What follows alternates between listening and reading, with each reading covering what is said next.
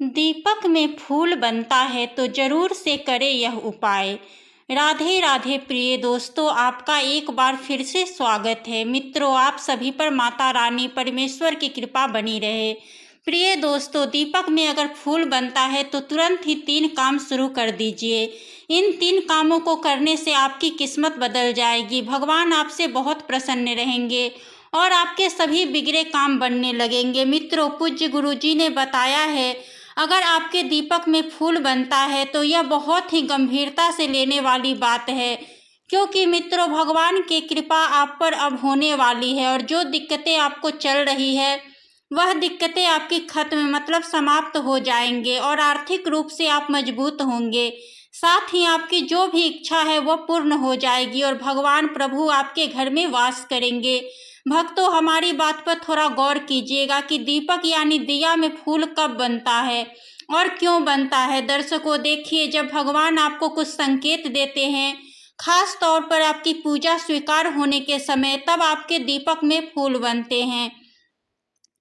वैसे तो भगवान आपको कई बार संकेत देते हैं जिन्हें आप समझते भी हैं और न भी समझते हैं। जैसे सपने में वह आपको दर्शन देते हैं या फिर फूल गिर जाता है आपकी पूजा करते समय या आपको दर्शन होते हैं भगवान बार बार, या आपको ऐसा लगता है कि भगवान की मूर्ति जो है वो आपको देखकर मुस्कुरा रही हो।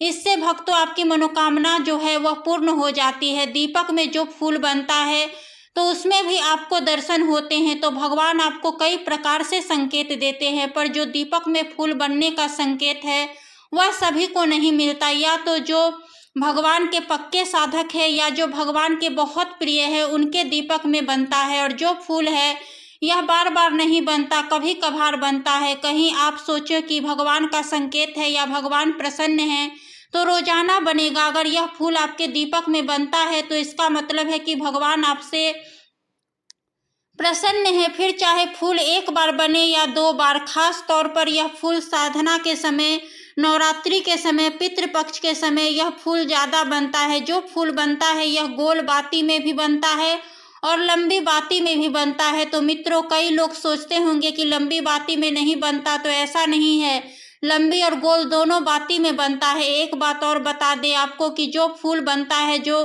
गुलाब का फूल बनता है या कमल का, कासा का बनता है, कई बार आपको लगता है कि नेत्र बने हुए हैं, कई बार आपको ऐसा लगता है कि चित्र बना हुआ है, कई बार सूर्य किसी चंद्र जैसी आकृति दिखाई देती है, कई बार आपको ऐसा लगता है जैसे खड्ग या तलवार बनी हुई है।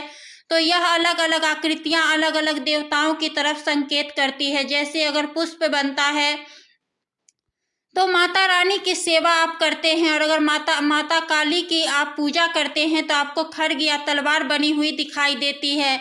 इस प्रकार से आकृतियां बनती है। तो आपको खरिया जो दीपक होता है, इसमें फूल जो बनता है वो बहुत महत्वपूर्ण होता है।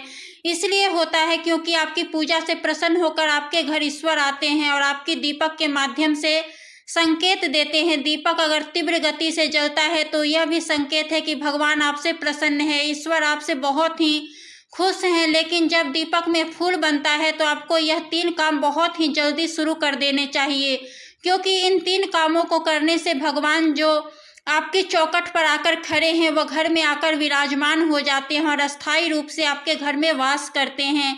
आपकी तमाम विपदा का निवारण करते हैं, आपकी इच्छाओं को पूर्ण करते हैं और हर प्रकार से आपको सुख समृद्धि प्रदान करते हैं। सबसे पहला काम हम आपको बता दें वह है, अगर दीपक जलने में फूल बनता है तो उस फूल को आपको जब तक दीपक जल रहा है तब तक नहीं तोड़ना है। जब दीपक शांत हो जाए तो उस फूल को तोड़ लीजिए, किसी चिमटी से आप तोड़ लीजिए और उसमें घी मिलाकर सिंदूर आप मिला सकते हैं। अगर आप हनुमान जी के भक्त हैं या माता काली के भक्त हैं तो उसमें कुमकुम भी मिला सकते हैं या चंदन भी मिला सकते हैं एवं उसका रोजाना तिलक कीजिए। इस तिलक की इतनी शक्ति तेज होती है कि तिलक करने से आपके तमाम कार्य बनते जाते हैं।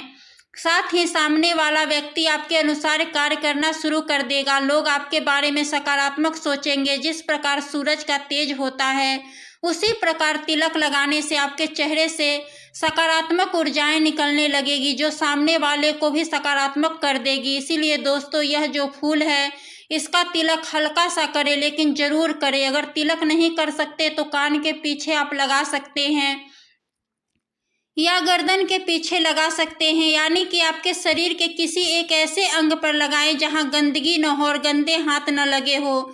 इस तिलक का बहुत महत्व होता है। अगर नौकरी नहीं लग रही है तो तत्काल आपकी नौकरी लग जाएगी। साथ ही आपको कोई ऐसी परेशानी है जिसका कोई हल नहीं मिल रहा है तो हल मिलना शुरू हो जाता है। कोई दिक्कत आती है तो हल्की फुल्की सी आती है, इतनी दिक्कत नहीं आती जितनी अन्य व्यक्ति को आती है। दूसरा कार्य जो है आपको शुरू करना है वह यह है कि आपको मंत्र जाप, जैसे चालीसा, किसी सहस्त्र नाम पाठ का जाप या कोई सा भी मंत्र हो जिसको आप जप करना चाहते हो, आपको शुरू कर देना चाहिए। क्योंकि तिलक करने से तो आपको ऊर्जा प्राप्त होती ही है, यानी कि तिलक लगाने से जो ऊर्जा है वह इस समय मंत्र उच्चारण करने की तुलना में बहुत कम होती है। वहीं अगर आप इस समय मंत्र का जप शुरू करते हैं तो आपको 90% तक ऊर्जा प्राप्त होना शुरू हो जाएगी।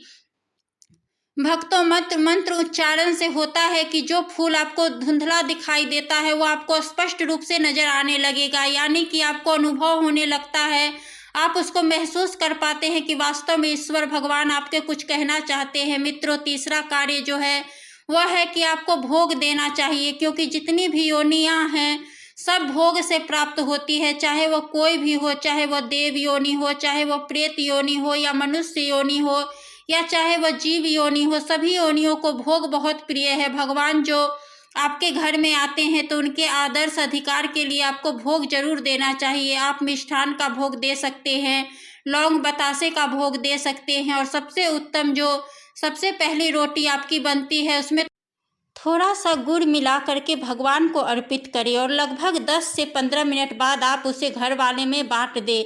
एक चीज़ का विशेष रूप से ध्यान रखिए कि जब भगवान को भोग अर्पण करें तो आंखें बंद करें और भगवान का आवाहन करें ताकि वह भोग ग्रहण कर सके। और इस प्रकार इन 3 उपायों का अनुसरण करने से आपके घर में सुख समृद्धि शुरू हो जाएगी। और हमारे ऊपर प्रभु की कृपा है, यह हम कैसे पहचाने? तो यह 8 लक्षण प्रकट होने लगते हैं जिन पर भगवान जी की कृपा होती है। लक्षण 1, शांति और क्षमा का भाव। जिसके ऊपर प्रभु की कृपा होती है उसके मन में शांति होती है। वह घोर अपराध करने वालों के प्रति भी गुस्से की जगह क्षमा का भाव रखते हैं। सोचिए, यदि आपकी कोई बहुत बुरा भी कह दे और फिर भी आपका मन शांत रहे तो यह हरि कृपा का सबसे बड़ा संकेत है, क्योंकि क्रोध ऊर्जा को नष्ट करता है और उसकी ऊर्जा भजन और साधन में लगती है, क्रोध में नहीं। लक्षण 2, दोष दर्शन से दूर रहना। अनुसरण हरि कृपा पाने वाला व्यक्ति कभी भी दूसरों के गुणों में दोष नहीं देखता। वह न किसी की निंदा करता है और न ही किसी के दोषों को सुनने में रुचि रखता है। क्या आपको भी ऐसा लगता है कि आपका मन अब दूसरों की बुराइयों से हटकर उनकी अच्छाइयों को देखता है? यदि हाँ तो मित्रों समझिए प्रभु की कृपा आप पर बरस रही है। लक्षण 3, भीतरी और बाहरी पवित्रता। जो व्यक्ति भगवान की कृपा से संपन्न होता है वह न केवल बाहरी रूप से पवित्र रहता है बल्कि उसके मन और हृदय में भी पवित्रता होती है। वह छल कपट से दूर होता है और सत्य व सरलता को अपनाता है। अगर आपको लगता है कि आपका मन पहले से अधिक निर्मल और शुद्ध हो गया है तो यह भगवान की कृपा है। तीसरा संकेत है लक्षण 4, धर्म विरोधी कार्यों से दूर रहना। भगवान की कृपा से युक्त व्यक्ति मनुष्य कभी भी ऐसे कार्य में संलग्न नहीं होता जो धर्म के विरुद्ध हो या भक्ति में बाधा डाले। वह अपनी चित्त वृत्ति को भगवान में लगाए रखता है और सांसारिक मोह माया में नहीं फंसता। लक्षण 5, अपने भजन का फल सभी को अर्पित करना। जिसके ऊपर प्रभु की कृपा होती है वह अपने भजन और साधना का फल केवल अपने लिए नहीं रखता बल्कि सबके सुख समृद्धि की कामना करता है। वह अपने भजन से दूसरे को भी लाभ पहुंचाता है, इच्छा रखता है। लक्षण 6, मांगता वह सिर्फ भगवान का भजन करता है, किसी और का सुख सुविधा या लाभ की आकांक्षा के बिना। यदि आपका मन अपने स्वार्थ भजन की ओर अग्रसर हो रहा है तो यह हरि कृपा का संकेत है। लक्षण 7, दोस्तों मान सम्मान में असंतुलन रहना। भगवान की कृपा से युक्त व्यक्ति मान सम्मान, कीर्ति या प्रतिष्ठा मिलने पर भी उसमें गर्व या अहंकार महसूस नहीं करता। वह सदा विनम्र और सहज रहता है। लक्षण 8, सब पर करुणा। हरि कृपा पात्र सभी जीवों पर दया और करुणा में रखता है परंतु ममता और मोह से मुक्त रहता है। वह सभी से प्रेम करता है लेकिन किसी से भी मोह नहीं करता, क्योंकि मोह बंधन का कारण बनता है। जो भक्तों, यह थे 8 दिव्य लक्षण जो दर्शाते हैं कि आप पर भगवान की कृपा बरस रही है। आपको भी इसमें कुछ लक्षण आपके जीवन में महसूस हो रहे हैं तो समझिए प्रभु की कृपा आप पर बनी हुई है। मित्रों, उम्मीद करती हूँ आपको यह जानकारी अच्छी लगी होगी। मित्रों, आपसे निवेदन है, अगर वीडियो अच्छी लगी है तो हमारे चैनल को सब्सक्राइब जरूर करें, वीडियो को लाइक करें और कमेंट में जय माता रानी अवश्य लिखें।